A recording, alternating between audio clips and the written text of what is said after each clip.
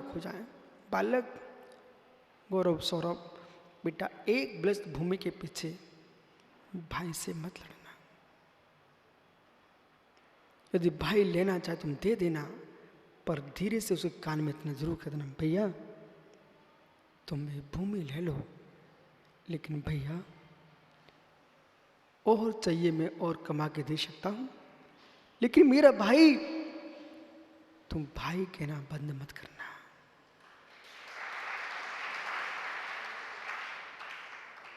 हम भूमि खरीद सकते हैं, संपत्ति कमा सकते हैं, लेकिन मेरा भाई, मैं भाई को नहीं उत्पन्न कर सकता हूं, इसलिए तुम भैया कहना बंद मत कर देना।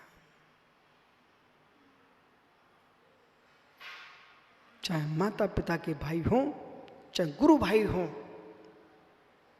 जब भी मिले उनसे इतना जरूर कहना, मुझे कोई भी मुनिराज मिलते ना बेटा, इतना जरूर मैं बोलता हूं, ऐसे मिलते रहना, क्योंकि मिलने के संस्कार पड़ जाएंगे तो हम सिद्ध सलाह में मिल लेंगे। वो मिलने के संस्कार नहीं डाल पाए तो कभी सिद्ध बन के नहीं मिल पाओगे। ये तो जब तक आंख खुली है नीलेश, तब तक हम आपके, आप मेरे। आंख खुली तब तक वे विराग सागर के हैं, वे पुस्तन सागर के चेले हैं, वे विद्या सागर के चेले हैं, वे विशुद्ध सागर के चेले हैं। ये विकल्प तभी तक हैं जब तक आंख खुली है। मित्र, आंख बंद होते ही कौन किसके चेले हैं, सब अपने अपने भावों के अनुसार भवों में जाएंगे। 30-24 के नाम याद है? 30-24 के। ओह, एक बच्चा हाथ उठा रहा है, मालूम? त्रिकाल 24 के नाम याद हैं? अब तुम कल्पना करना कि जब तीर्थंकर जैसे महापुरुष के लोगों को नाम याद नहीं आ पा रहे हैं, तो मित्र बिट्टू, तुम कौन से खेत की मूली हो कि तुम्हारा नाम शाश्वत रहेगा। इसलिए ना विशुद्ध सागर बचेंगे, ना कोई सागर बचेंगे। यदि बचा सको इस सागर अवस्था में, अपनी विशुद्धि को बचा लो, इससे समाधि अच्छी हो जाए, ये राग देश करके तुम कहीं नहीं कुछ कर पाओगे। भूमियां यही रह जाएंगी, पृथ्वियां यही नहीं, यही क्षेत्र पड़े रह जाएंगे। मेरे मित्र कोई दूसरे आकर के दर्शन करेंगे, दूसरे अध्यक्ष मंत्री बनेंगे, लेकिन तुम राग देश करके अपनी पर्याय बिगाड़ लोगे। ऐसा ना हो जाए घर के भवनों के राग में प्रभात भैया घर के उसी घर में बिल में चूहा बन के ना आना पड़ जाए, सांप बन के ना आना पड़ जाए, बिच्छू बन के ना आना पड़ जाए, दीवार पर छिपकली बन के ना आना पड़ जाए। इसलिए ज्ञानियों, ये भूमि धन धरती का राग छोड़ो, अपने चिद ब्रह्म ज्ञाय के भाव से रिश्ता जोड़ो। कब तक? जितना जी चुके हो इतना और जीने को मिलेगा क्या? प्रभात भैया सेठी जी, जितना जीत चुके हो उतना जीने को और मिलेगा क्या? 50 के हो गए, 60 के हो गए हैं? कितने के हो गए? 60 के हो गए। मित्र, अब स्वयं सोच लो, 60 वर्ष और जीने को मिलेगा क्या? जब नहीं मिलेगा तो जैसा हम अपने बेटों को चाहते ना, ऐसा पड़ोस को भी चाहना प्रारंभ कर दो, क्योंकि बेटे आग लगाएंगे, वो पड़ोसी कंधा लगाएगा।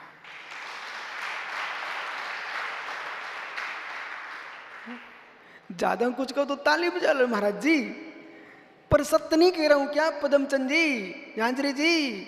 बेटे तो आग लगाएंगे, वो पड़ोसी कंधा लगाएगा। मेरा तो ये सोच है कि पड़ोसी को भी कुछ हिस्सा देना चाहिए। बोले क्यों? उसे कहना, भाई इसलिए दे रहा हूं कि तेरे कंधों पर जाऊंगा और बेटा तो आग लगाएगा। नहीं दे सको कोई बात मत दो, कम से कम आज से हर व्यक्ति से अच्छा बोलना प्रारंभ कर दो। ये तो कहेंगे लोग, कोई ऐसा आदमी था जो सबसे सुख दुख पूछ लेता था। ये कभी मत सोचना रविशन भैया कि मेरी कोई कीमत नहीं है। अब विश्वास मानना, जब आदमी चला जाता ना तब कहते कि ओहो कभी कष्ट होता था, तो नेताजी के द्वार पहुंचते थे। पूरी समाज बोलने वाली है, आप टेंशन मत लो। लेकिन मैं आपको स्पष्ट कहूं, जो तीर्थंकर महावीर की जय बोल रहे हैं, चाहे गिरिडीह वाले बोले, चाहे गया वाले बोले, चाहे कोडरमा वाले, चाहे मधुबन वाले बोले, जो महावीर की जय बोल रहे हैं और जितने आचार्य मुनि जय बोल रहे हैं, यदि महावीर आज उनके सामने होते ना तो उनमें भी गलती निकाल लेते हैं लोग। क्योंकि सामने सामने झेल पाना पुण्यात्मा को बड़ा कठिन काम है। मुझे मालूम है जिनेंद्र, हम तुम्हारे घर में कौन से हिस्सा लेने जा रहे हैं, और देश के इतने मुनि संघ हैं, उनसे कौन हिस्सा चाहिए मुझे। फिर भी किसी के मस्तिष्क में भाव खराब होने लग जाएं, विशुद्ध सागर ऐसे हैं, तो मुझे टेंशन नहीं है। बोले क्यों? इसलिए नहीं है, ये मानवीयता है आदमी की। जब किसी का उत्कर्ष होता है, उसे सहन करने के लिए बहुत ताकत चाहिए पड़ती है। और यदि वो ऐसा नहीं करेगा ना, यदि कोई जिसे मेरी निंदा करना है, यदि वो मेरी निंदा नहीं करेगा तो पागल हो जाएगा। मैं खुश हूं, कम से कम वो मेरी निंदा करके पागलपन से तो बच रहा है। वो पागल हो जाएगा, विश्वास मानिए आप।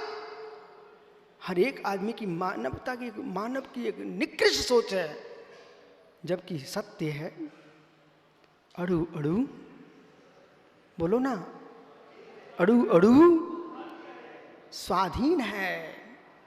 अड़ू अड़ू स्वाधीन है, प्रत्येक परमाणु स्वतंत्र है। गौरव, जो ये शरीर दिख रहा है ना बेटा, आज घनत्व तो दिख रहा है, संघात नामकरण का उदय है। जिस दिन मृत्यु होगी, न तुम जलाना न पानी में बहाना, तुम तक चट्टान पर छोड़ देना। जलाना मत, पानी में भी मत छोड़ना, तुम चट्टान पर छोड़ देना। विश्वास रखना, 1 महीना नहीं लग पाएगा, चट्टान पर तुमको कुछ नहीं मिलेगा, सारा शरीर बिखर जाएगा, अणु अणु में विलीन हो जाएंगे। अणु अणु स्वाधीन है। रास्ते में बिहार चल रहा था, एक पुलिया के किनारे कुत्ता मरा पड़ा हुआ था, लंबे समय तक पड़ा होगा, मालूम देखा था भैया, उसके शरीर पर कुछ नहीं बचा, कीड़े खा गए, परमाणु परमाणु उड़ गया, उसका ढांचा पड़ा था। और कुछ दिन बाद देखने जाओगे ना, वो हड्डियां भी समाप्त हो जाएंगी। सत्य है, सत्य है। जब सभा में आपको सब कुछ सत्य समझ में आता है, एक घर में समझ में क्यों नहीं आता? इतना सत्य घर में समझ में आने लग जाए, बैठ जा बालक, भैया बैठ जाओ।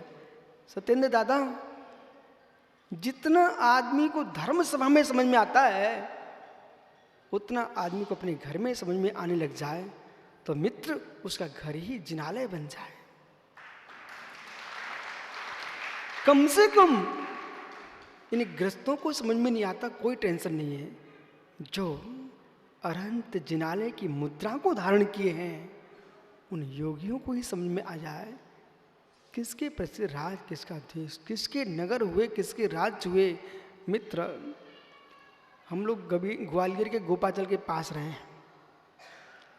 भिंडी से ग्वालियर बहुत दूर नहीं है। रवसेन भैया, क्या गोपाचल नहीं देखा आपने? और गोपाचल पर गगनचुंबी जिनालय नहीं देखे? गोमटेश बाहुबली स्वामी में दक्षिण भारत में तो एक प्रतिमा है मात्र, ऐसी विशाल प्रतिमाएं गोपाचल पर तो सैकड़ों प्रतिमाएं हैं। ये भारत का एक इकलौता तीर्थ है ग्वालियर गोपाचल सिद्ध भूमि, जो कि इतनी विशाल प्रतिमाओं को अपनी गोद में लिए हुए है। लेकिन मित्र, जिस मंत्री ने, जिस सम्राट ने बनवाई चौहान राजाओं के शासन काल में, तोमर राजाओं के शासन काल में, ये तीर्थ विशालता को प्राप्त हुआ। और मित्र, ऐसे भी हिंसक लोग आए हमारे विशाल तीर्थों को।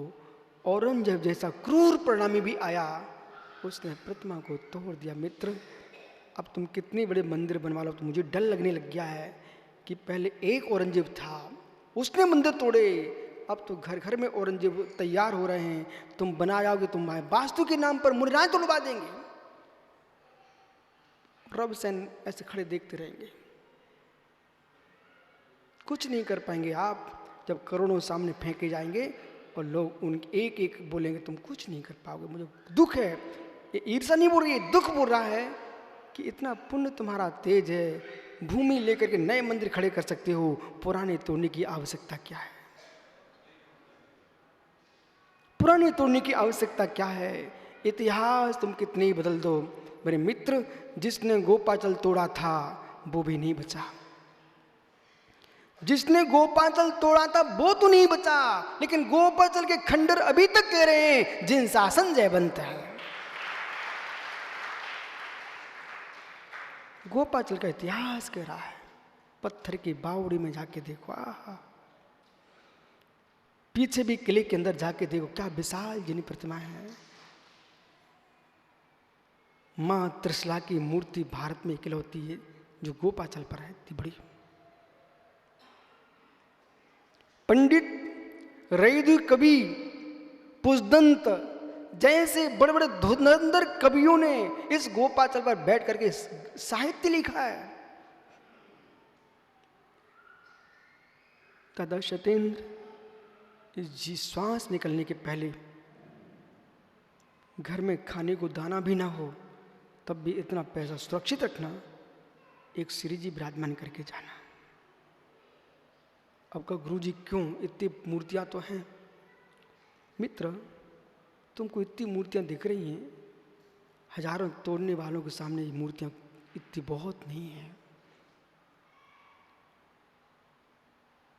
खंडर भी मिलेगा, जमीन में गड़ी भी निकलेगी, तब भी वो मूर्ति का भगना बेस भी इस बात को कहेगा ये कोई गैरों का नहीं है, ये जिनेन्द्र देव की प्रतिमा है, जिन शासन कितना विराट था।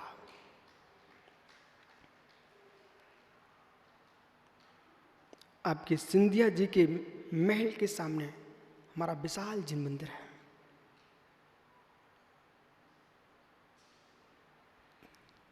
चाहे आंध्रा हो, तेलंगाना हो, महाराष्ट्र हो, कर्नाटक हो, केरल हो, कश्मीर हो, कन्याकुमारी, जहां तुम जाके देखो, महाराष्ट्र, मध्य प्रदेश, छत्तीसगढ़, आपके मित्र दक्षिण भारत में आओ, उत्तर भारत जाओ, चाहे झारखंड में आओ, शाश्वत भूमि कहाँ पर है शंभेश्वर, ये झारखंड में, बिहार में जाओ, पश्चिम बंगाल में जाओ, जहां जाओ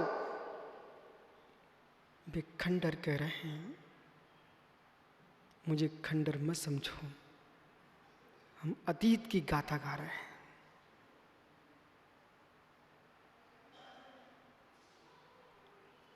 पुराणों में देखता तो जिन धर्म दिखता है, वेदों में देखता हूं मैं तो जिन धर्म दिखता है।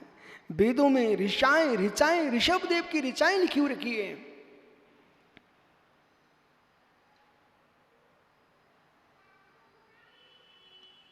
वेद आर्य आने के पहले भारत में कौन था? श्रमण थे। अहो श्रमणों, ऐसा श्रम करो कि विश्व की भूमि अहिंसा अनेकांत से आज बात को भूलने ना पाए। एक एक युवा हमारा, मेरे मित्र पारसनाथ बने, एक एक युवा हमारा पारसनाथ बने, एक एक युवा पारसनाथ बने। कल रवसेन भैया आपके भिंड से एक युवा आया।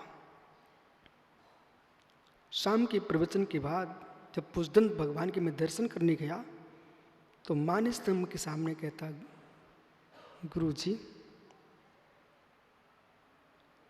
यहां तो ऐसा लग रहा है। वही एक जबलपुर का युवा था, वो भी कहने लग गया, गुरु जी ऐसा लग रहा है। हमने क्यों, क्या हो गया? कितनी बड़ी समाज है मधुबन में। मैंने कहा मित्र, देश के नगरों में कुछ कुछ समाजें हैं, सब मिलकर में संपूर्ण राष्ट्र के समाज।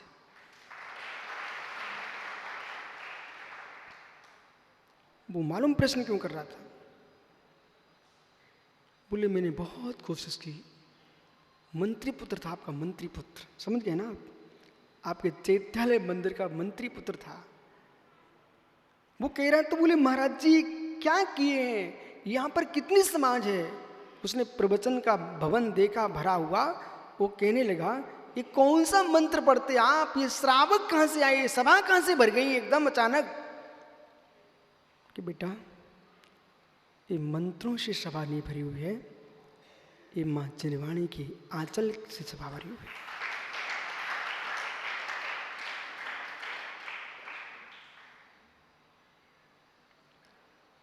किसी भी संघ का साधक हो, सभी देश के मुनि हमारे हैं, और किसी भी समाज का युवा हो, सभी भारतीय हमारे हैं, मेरे मित्र सभी जैन हमारे हैं।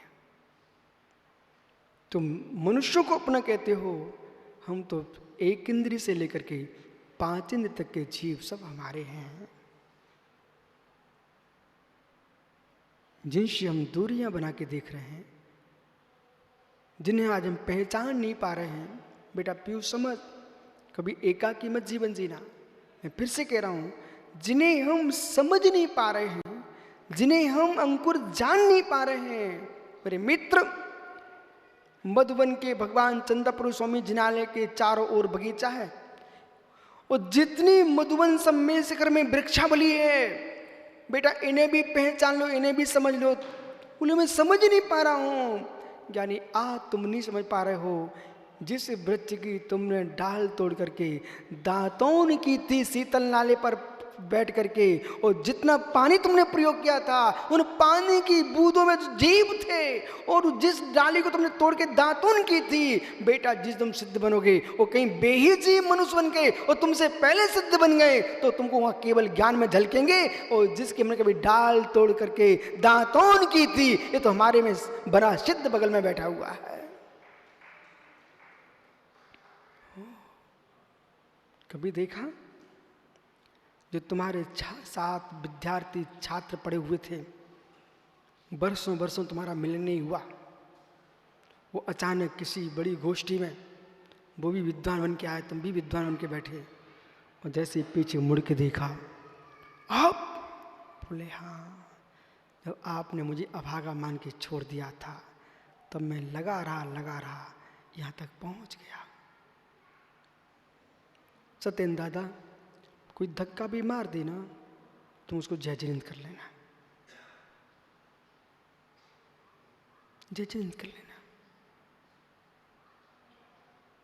एक जगह मैं आचार्य के साथ था, जब संघ में आहार चर्या करके लौट रहा था, कुछ लोग अपनी दुकान पर बैठे थे, वे ऐसे बैठ के देखते रहे, मैं निकल गया।